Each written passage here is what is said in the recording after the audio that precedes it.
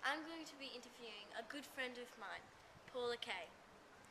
Paula Kay was born with gender dysphoria, which means she was born with a woman's brain in a man's body. 6 years ago, she undergone surgery and is now a woman. This is her story.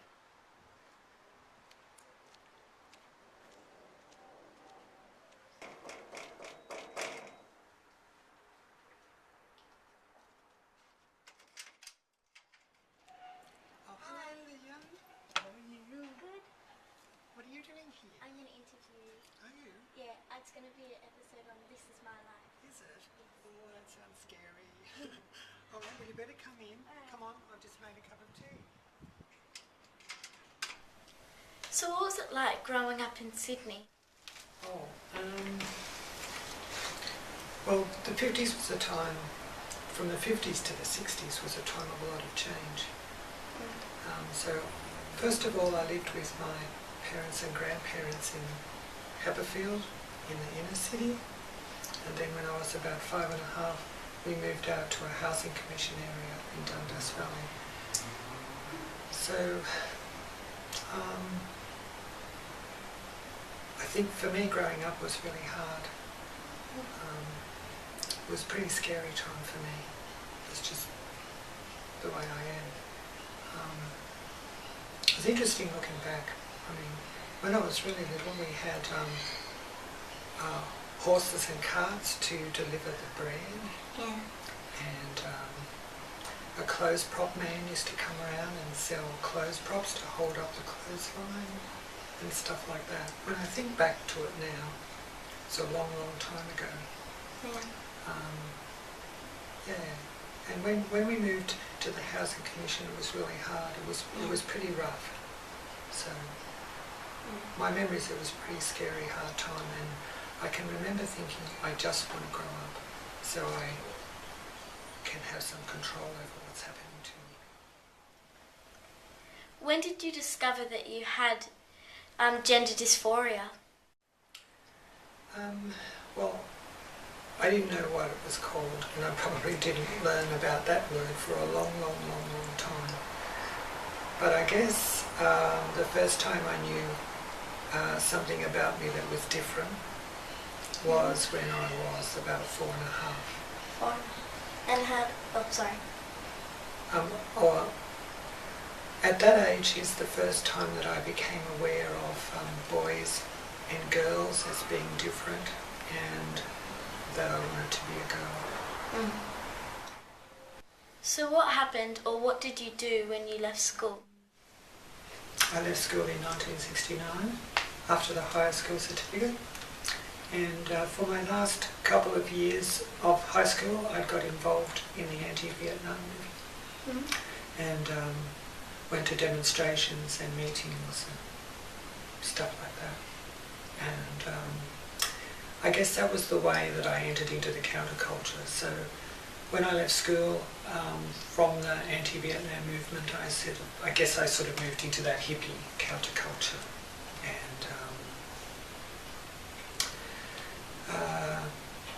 living in share houses and visiting communes and hitchhiking to Queensland and Tasmania and staying in youth hostels and wearing hippie clothes and smoking dope and all that stuff.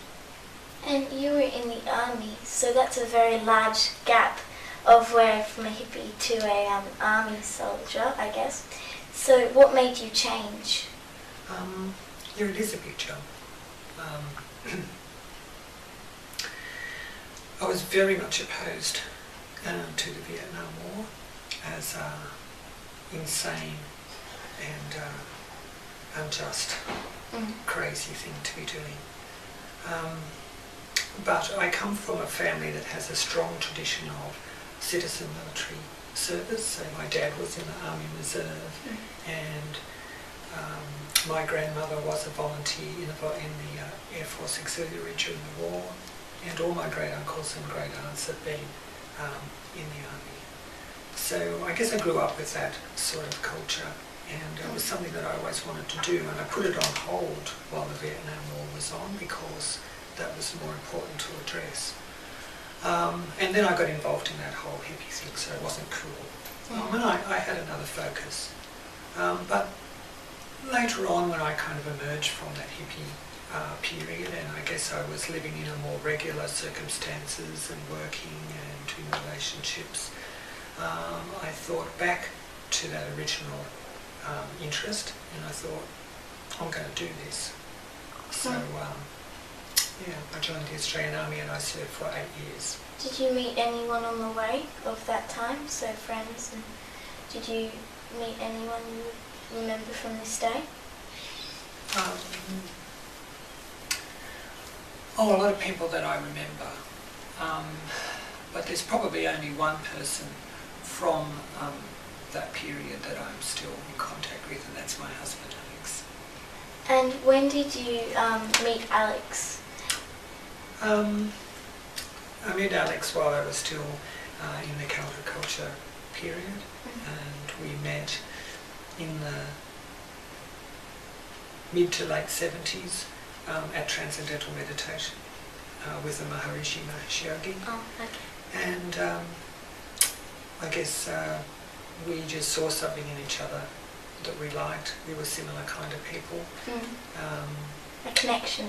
Yeah, a connection, that's right. And we were both interested in macrobiotic food and meditation and stuff like that. And so Alex had a sourdough organic bakery and a vegetarian cafe, and I used to sometimes help him with that. And where was that vegetarian cafe? That was here. They were here in Sydney. After a while, I guess, though, we just started to drift apart and we went in separate ways. And I lost contact with Alex for a long, long time. And how did you meet again?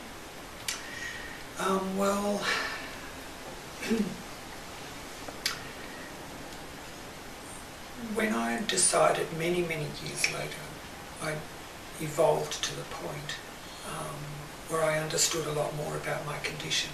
And I'd come to the point in my life where I realised that if I wasn't going to end up dead or very, very, very, very sad for the rest of my life, is that I had to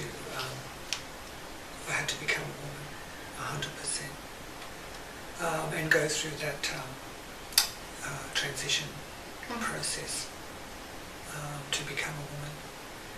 And that's a very lonely process, and you lose a lot of friends, and you lose your family, and you become very, very much alone. And I can just remember sitting by myself one night, feeling very alone, and I thought of, I tried to think of the men in my life who might be positive towards what I'm doing. I couldn't think of too many, but one of them I thought of was Alex. And I remembered his name, and I remembered where he lived, and I eventually plucked up the courage to call him, and after a while he remembered me, and that was the start of another story. And now you're married with him in 2007? Yes, we got married in 2007 in a pagan wedding ceremony in Centennial Park. Yeah. And what would you now say to someone with gender dysphoria as a message to those people? Well, one of the things, I didn't transition until I was 50. But as I said, I first knew about that I was a different kind of person when I was 5. So that's 45 years. That's a long time to wait to become who you really are and to become a whole person. And I did a television show back in 2002 called If Only, where I expressed my regrets about not having done that. Sure, it was a lot harder for people of my generation To come out and talk. To confront things and to understand it. There wasn't much information there. But what I would say to anyone now is that if you feel that way, that you're not the sex that you look as if you are, or the way people treat you are, then you need to do something about it. You really do, because that is the most important thing in your life. To be yourself. To be yourself, absolutely. And really, I suppose, Liam, it's not so much about being a woman or being a man, it's about being yourself. And until you're yourself, your whole self, and someone that you can love, you can't really ever be anything or do anything really, really good. And you can't really love. So that would be my advice to people who know or think they might have that condition that we call gender dysphoria, is you've got to go out and you've got to do something and you've got to explore it and work towards becoming yourself. Thank you, Paula. Thank you, Liam. I'm Liam Knierim, and this is CK.